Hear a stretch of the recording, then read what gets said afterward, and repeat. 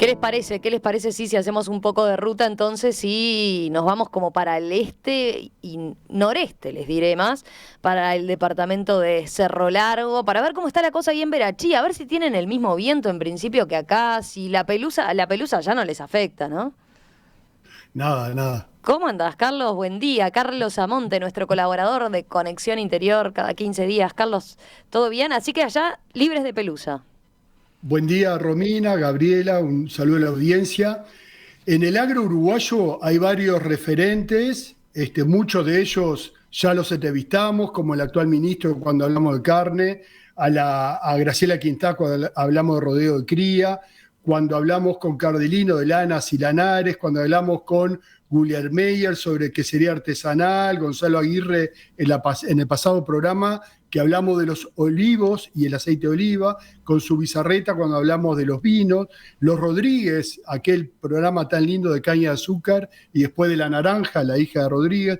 La verdad que los Zorrilla hablando de arroz y montes, y así podríamos seguir, no me quiero olvidar de ninguno que se puede enojar, pero eso es el objetivo del programa, de ir acercando los temas agropecuarios a una audiencia que es más ciudadana y que no está muy vinculada al agro, para ir creando esa conciencia agropecuaria que tanta falta le hace al país.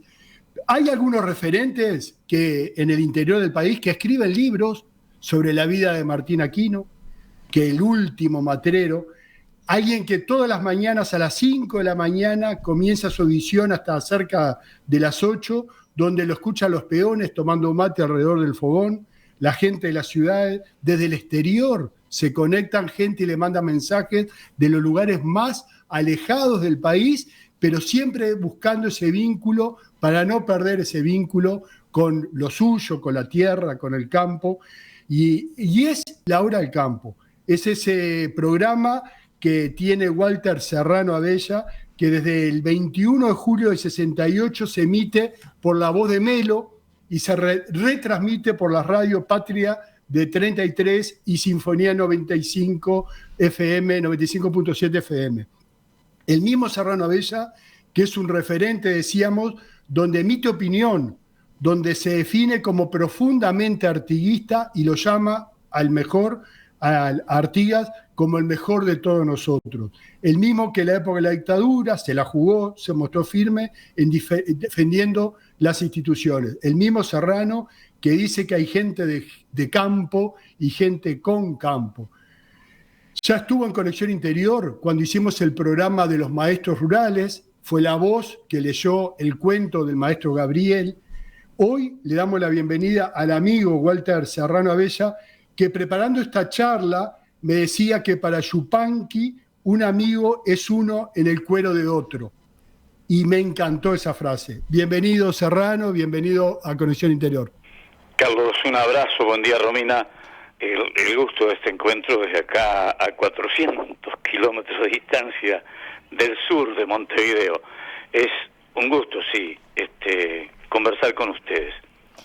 Un gusto, Serrano, escucharte ahí con esa voz ya tan característica.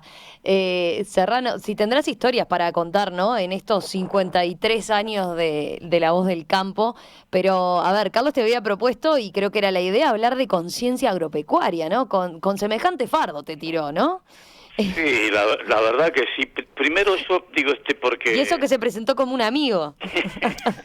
el 1 de mayo, ahora, de este año que estamos cursando, se cumplieron 60 años de mi presencia en la radio. Yo arranqué a trabajar el 1 de mayo de 1968.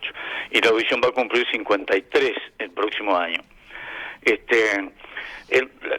La definición, yo nunca le puse apellido al periodismo, me niego cuando me dicen, sí, una audición agropecuaria. En La Hora del Campo cabe todo desde su origen, ¿no verdad? Y no me pregunten cómo, porque si es bien verdad que los peones, que los capataces, que los patrones, que los chicos, que los grandes anidan alrededor de esas 3 horas de comunicación temprana, que yo la hago como soy. Yo no busco una estrategia de comunicador, busco una estrategia para definir el sentido de de la audición, sí. Y lleno de ilusión, pero la ilusión es un camino torpe si al medio de ella se le atraviesa el muro de la realidad. Pero para definir lo de la conciencia agropecuaria, a ver, en un mundo de productores seguimos siendo o queremos seguir siendo el paraíso de los consumidores. Las quejas y las protestas se resuelven con aumentos de sueldos y jubilaciones. Trabajamos lo poco que trabajamos para ensanchar el área de la población pasiva, para adelantar la edad del retiro, para crear desaprensivamente escalas móviles que nunca podrán aplicarse, para distribuir premios y becas, para proyectar obras suntuosas que nunca se llevan a término mientras los cantegriles se extienden. El irrealismo es nuestra constante, y con él un utopismo de pequeño burgués que sueña con el ocio necesario para pescar mojarras y tostarse al sol. De este nirvana de café tenebroso no podremos salir sin un gran sacudimiento, sin un duro y prolongado esfuerzo. Si no nos entregamos en cuerpo y alma al trabajo disciplinado y consciente, si no le damos a los capaces de producir el pan y la esperanza, la justicia en la distribución y también los grandes mitos creadores, no es para lograr mayores facilidades que debe convocarse a la gente, es para que asuman responsabilidades mayores. Es de don Carlos Quijano, eso escrito hace 60 años y tiene una vigencia permanente.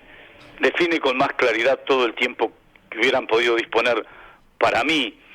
Yo lo que encuentro a veces es que el muro que se levanta entre el interior y Montevideo es que ahí anidan la mitad de nuestros hermanos y que asumo la cuota de culpa que me cae encima y la asumo con claridad, con honestidad. No me la saco de encima de no haber podido alcanzar a través de la comunicación el sentido real de lo que es el campo para que Montevideo lo entienda, para que Montevideo luego de entenderlo sea capaz de quererlo y de admitirlo, que no todo se define a ese simplismo sesentista de las 4x4 y de terratenientes y de latifundistas. Yo he gastado mi vida hablando del campo, no para que 4 estancieros reluzcan en sus vientres prominentes una villa de plata y oro. Yo creo que en el fondo el campo es defendible desde todos los aspectos, pero fundamentalmente porque es un conservador de los valores más caros que aprendimos a querer desde niño en este país que nos enseñaba mucho de valores, ¿verdad? Interesantísimo, Serrano, lo que decís. No sé si Carlos tiene una pregunta. Yo la que te iba a hacer es, más allá de eso que decís vos, de que te queda ese gusto amargo de no desde tu lugar no haberle podido entrar a los montevideanos, a nivel país en general, ¿a qué atribuís de que nos falte todavía el tener conciencia agropecuaria, sobre todo más a los capitalinos? ¿Y qué se puede hacer, ¿no? para fomentar ese mayor conocimiento, teniendo en cuenta la importancia que tiene el agro para nosotros como país? Una vez estaba yo en la exposición del Prado, que el Prado es una muestra brutal. Ahí está la cabaña del país, sus vasos sanguíneos mejoran técnicamente los rodeos, cubren como las venas del corazón, edificios de toda la geografía del país, mejoran constantemente, pero evidentemente son parte del campo. Y junto con la muestra abundan los coches 0 kilómetros que también están de muestra, los enormes tractores, y la gente se confunde. Y a veces se ayuda a confundir. Yo estaba mirando, porque mi señora, la Pelucita, criaba Ideal, y yo fui a mirar el campeón del Prado, Ideal, porque yo, bueno, también participaba con ella en eso. Yo como un hobby, ella como productora. y estaba una maestra con los niños y un niño le tiró un papelito ahí al campeón, al carnero campeón de la raza ideal del Prado, y dice, no le tire papelito a la ovejita. Yo le dije, maestra, ese es el novio de las ovejitas. Digo, el ausentismo, el no saber medir la carne solo cuando está en el plato, el arroz solo cuando está en el plato, pero sobre todo que eso proviene de la tierra y proviene del hombre. Yo un día me habían llamado ahí porque vinieron unos estudiantes de agronomía y de veterinaria y se dispersaron por los establecimientos chicos, grandes, lecheros, ganaderos, arroceros, y les llamó la atención como todo el mundo escuchaba la hora de campo, y me llamaron a un taller y yo les decía, porque muchos de ellos conocen el campo por la ventanilla del ómnibus interdepartamental que los lleva y los trae, y otros tienen, sí, conocimiento. Pero digo, el ingeniero agrónomo que vaya a mirar una chacra o un campo, o el pasto, las pasturas de un campo, se va a encontrar con el hombre antes. El veterinario que vaya a cuidar un animal enfermo, una vaca, un caballo, una oveja, se va a encontrar con el hombre antes. El hombre es la medida. Y el campo, bueno, como decía Osiris, ¿no? En el como yo lo siento. Yo soy cardo de esos llanos, totoral de esos esteros, ñapindá de aquellos montes, piedra mora de mi cerro, y no va a creer si le digo que hace poco lo comprendo. Su cinto no tiene plata ni para pagar mis recuerdos. Hay una cosa ahí, algún hilito invisible, donde crecen los duendes del amor y del afecto. Wilson decía muy claramente, Wilson Ferreira, refiriéndose al tema de la tierra, defendiendo los tamberos en una reunión del Senado, la relación del hombre con la tierra no tiene justificación si se agota en la mera invocación de un título jurídico. Debe haber tiene que haber además una relación de amor con ella. Y es así todo el entorno, y es el proceso de la cultura del interior. No despertar en los oídos otra cosa que resistencia en los oídos del sur, donde habitan la mitad de nuestros hermanos, pero mucho más de la mitad de esa mitad se fueron algún día de ahí. Y cualquier domingo con sol y espacios verdes los llama y los convoca desde sus ancestros, desde sus interiores, desde sus raíces, desde su identidad.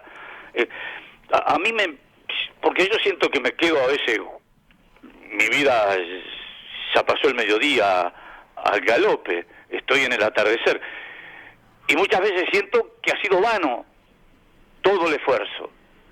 Me despierta a veces, me zamarrea a veces el reflejo de la comunicación cuando hay tanta gente que sueña, que quiere, que piensa, y que seguramente está capaz de formar parte como soldado de ese gran ejército que quiere destruir ese concepto erróneo, transformarlo, para avivar esa llama que todos necesitamos.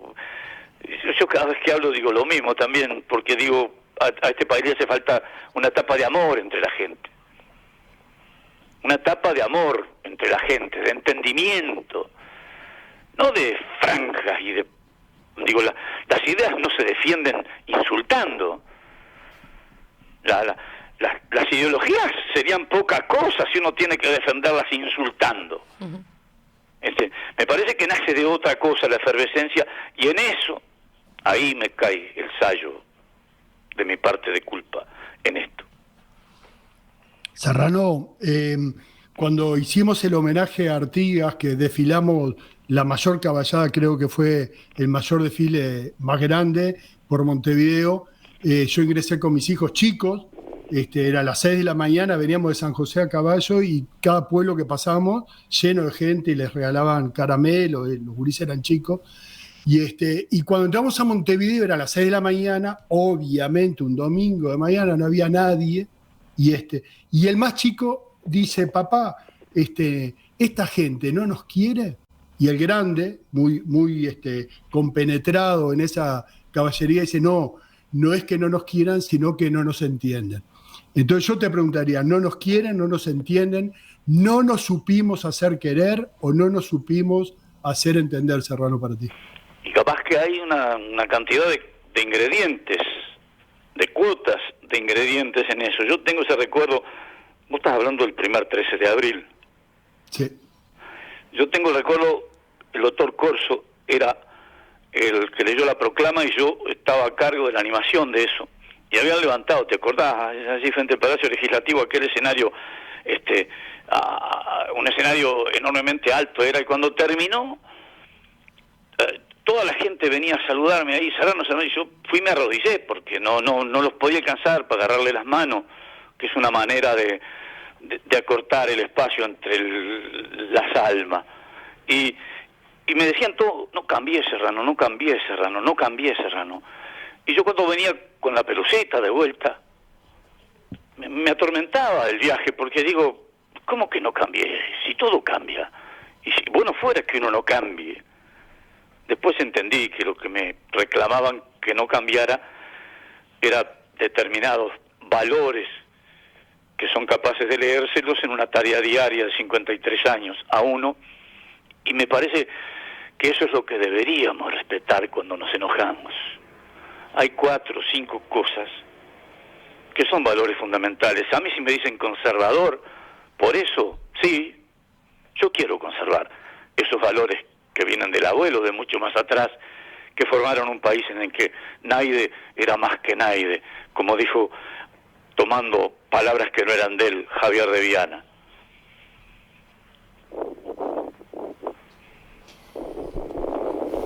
Carlos, ¿vos tenés algún apunte más por ahí? Sí, agradecerle a Serrano, la verdad que nos deja siempre un mensaje y es un lujo tenerlo en Conexión Interior y deja pensando y deja reflexionando, y ojalá que podamos seguir creando puentes y no divisiones, creando lazos y abrazos y no puños crispados y ceño fruncido, sino muchos abrazos que le hace falta a este país. Serrano, muchas gracias. Romina, un saludo muy especial para Emiliano. Ojalá en este país todos entendieran que hay formas y formas de hacer periodismo. Y un abrazo a Carlos, que la amistad es mala consejera. Los afectos hacen borrar los defectos. Un abrazo grande y gracias por este llamado que para mí es un alto honor. Un abrazo para ti. Un gusto y nos reencontramos en cualquier momento. Tengo varios mensajes de los oyentes que están encantados con haber escuchado al Serrano por un ratito acá en Perspectiva. Oscar dice, queremos más Serranos. Héctor, gracias por traernos la voz y los conceptos del Serrano. Y Mariela también, que recuerda sus pagos entonces. Un abrazo y gracias a todos por escribirnos. Carlos, un abrazo para ti. Nos reencontramos dentro de 15 días. Seguimos por esta línea, ¿no? La de la conciencia agropecuaria. Si Dios quiere, nos encontramos en 15 días y como hoy sí, más que nunca, viva la radio. Gracias. Un abrazo, Carlos.